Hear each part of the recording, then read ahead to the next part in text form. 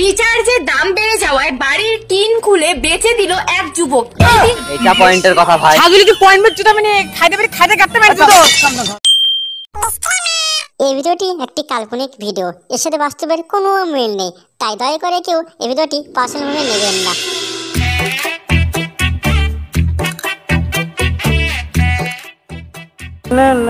ভাই একটা নিউজ দেখেছিস?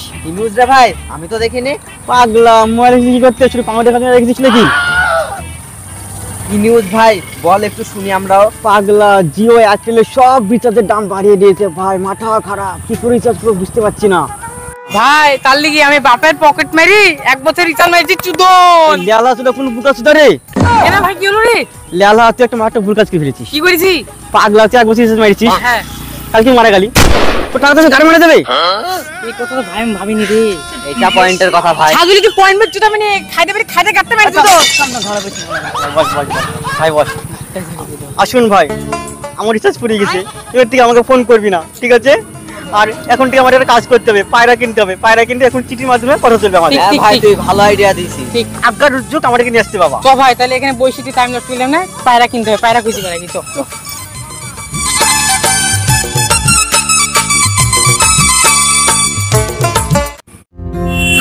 আমিন ভাই তোর মোবাইলে তুমি ফোন করেছে।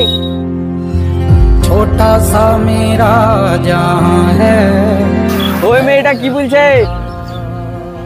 বলছে তোর মোবাইলে রিচার্জ ফুরিয়ে গেছে, পরিষেবা চালু রাখার জন্য শীঘ্র রিচার্জ করুন।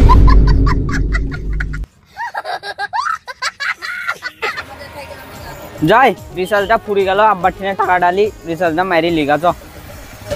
स्कूल के पीछे पीपल के नीचे।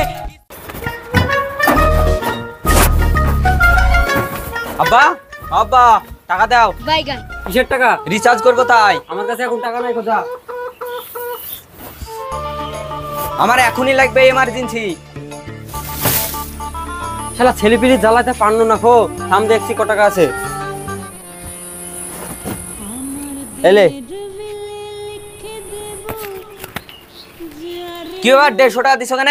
তো তো প্রত্যেক মাসে 150 টাকা কি দি? জানো না রিচার্জের দাম বেড়ে গেছে, 400 টাকা দাও। 150 টাকা আছে, লিলে নাহলে কার মারা।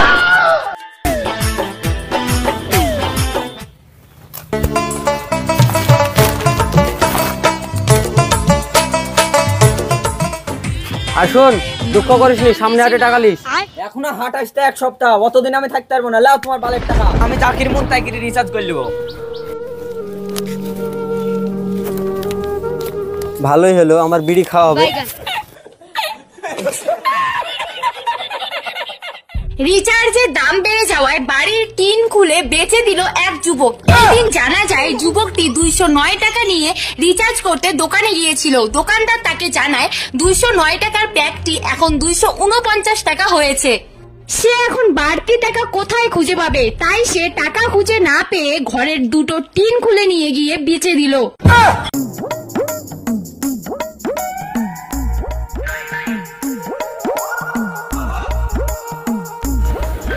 রিচার্জ করে দে তো এক মাসের 1.5 জিবি করে। নাম্বারটা বলো। 8348898255। ঠিক আছে, এক মাসের। দেখো হয়ে গেছে। হ্যালো ভাই, হ্যালো। 250 টাকা? এই 250 টাকা কেন? আরে ভাই আমি তো 250 টাকা নেট মারি ভাই। খবর টবর দেখো না, সারাদিন পরিবর্তে পানু দেখো। রিচার্জের দাম 300 টাকা হয়ে গেছে, আর 50 টাকা লাগবে। আর 50 টাকা এলো, 50 টাকা এলো, 50 টাকা। ঠিক আছে, দেখিস সব পাগল সকল আসছে।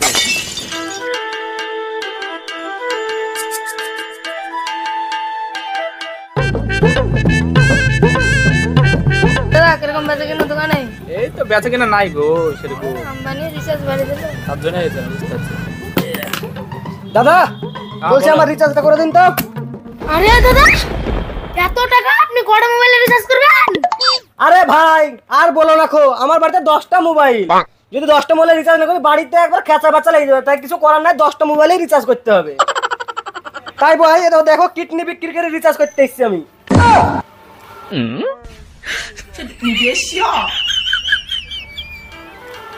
যাও ভাই রিচার্জটা করে দাও। যাইতে হবে দাদা তো? হ্যাঁ হ্যাঁ, এত হয়ে গেলে নাহলে পর আরেকটা কিডনি বেচবো, অসুবিধা নাই। নাম্বারটা বলো। 8449687533। এটাতে 1 GB মেরে দাও, হ্যাঁ বন্ধু? ঠিক আছে, মেরে দিচ্ছি। আর আরেকটা নাও, নাম্বার নাও। থামো, এটা মেরে দিই, থামো। হ্যাঁ তাহলে তাড়াতাড়ি মারো। এই কিডনি ব্যথা থাকতে যাচ্ছি না গো, আবার হসপিটালে মনে হয় যেতে হবে আমাকে। বলো নাম্বার বলো। 4984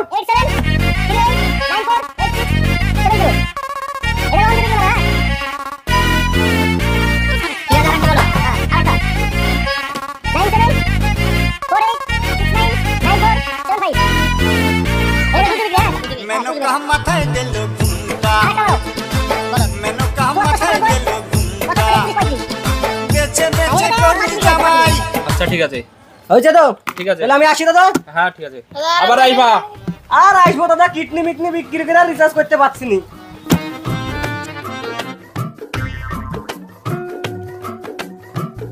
শালা আম্বানিদা কি করলো? শালা ছেলের বিয়ে দিচ্ছি, গরিব মানুষের বুকে পাতিল দিবে যেতে শালা টাকা দিয়ে রিচার্জের দাম বাড়িয়ে দিল। তাই তো দেখছি, 200 টাকা রিচার্জে 300 টাকা করে দিল। 100 টাকা গরিব মানুষের কম? তুই বলতেন ভাই।